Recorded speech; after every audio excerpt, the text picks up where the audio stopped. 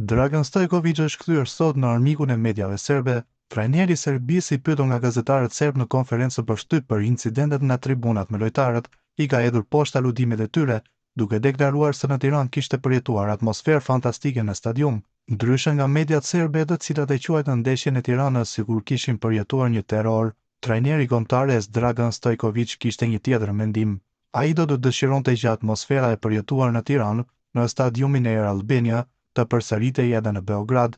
Nuk ju pëlqeu loja, nuk ju pëlqeu, gjeni një trajner tjetër, atmosfera këtu ishte fantastike, i përgëzoi tifozët shqiptar për këtë, do të doja të kishim një atmosferë të ngjashme edhe tek ne, vijoi më pas ai. Finalizimi duhet të përmirësohet, mundësitë që patëm, një ose dy topa mund të kishin përfunduar në rrjetën e Strakoshës, një ndeshje tmerrësisht e vështirë jashtë fushë kundër Shqipërisë në Tiranë, ne e kontrolluam lojën, kishim kontrollin e topit, ku e ulëm sulmin e tyre në 0, kështu që ata duhet të ishin të kujdesshëm, sepse panset nuk mund të na përballonin në këtë ndeshje.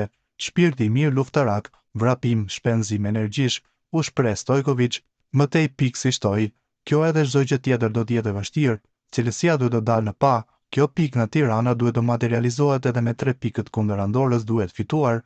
Analiza e ndeshjes Andorra-Anglina prej të nesërmen, rezultati është i habitshëm për mua 0-1, por ka ende një ndryshim të madh në nivel. Në Leskovac na presin 3 pikët e para për Serbin.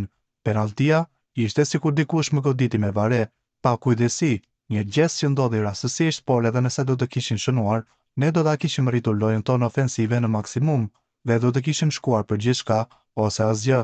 Nuk e pash penaltin kur e gjuajti, le të vazhdoj Gjorgje të mbroj kështu dhe nuk do të ketë probleme. Ai e meriton të ishte atje dhe e meriton të ta ndalte atë. Besimi që ka është më gjepsës, tha Stojkovic. Vlen të kujtojmë se mediat serbe duket se harruan turpin e Beogradit dhe pas ndeshjes në Air Albania shkruan se huliganët shqiptar nuk patën mëshirë ndaj lojtarëve të tyre.